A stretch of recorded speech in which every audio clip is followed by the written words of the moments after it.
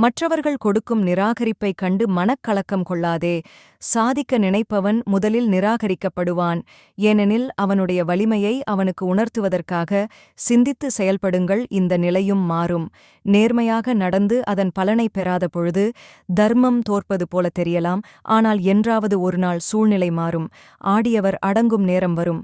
அன்று தர்மத்தின் கரத்தில் இருந்து எவரும் தப்ப இயலாது.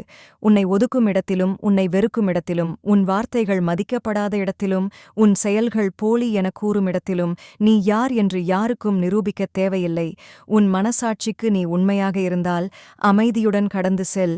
இதுவே இவர்களுக்கு மிகப்பெரிய பதிலைத் தரும். யார் வேண்டுமானாலும் குளத்தை கலங்கடிக்க முடியும். கலங்கிய குளத்தை தெளிய வைக்க அந்த குளத்தால் மட்டுமே முடியும். உன் மனமும் அப்படித்தான். கலங்கிய உன் மனதை தெளிய வைக்க உன்னால் மட்டுமே முடியும். துணிவு உங்களை உழைப்பில் உயர வைக்கும். பணிவு உங்களை பிறர் மனதில் உயர வைக்கும். துன்பங்கள் உனக்கு வாழ்க்கையை புரிய வைத்து பக்குவத்தை ஏற்படுத்துபவை. மனதார ஏற்றுக்கொண்டால் உனது வாழ்வும் சிறக்கும். நீயும் சிறந்த மனிதனாகுவாய்.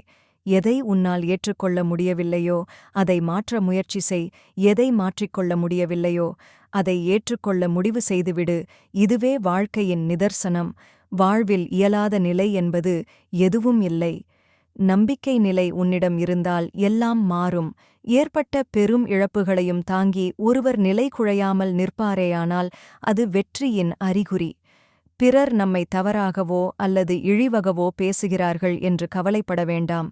அவர்களுக்கு எப்பொழுது தண்டனை கிடைக்க வேண்டுமோ அதற்கு உரிய நேரத்தில் சரியாக கிடைக்கும்.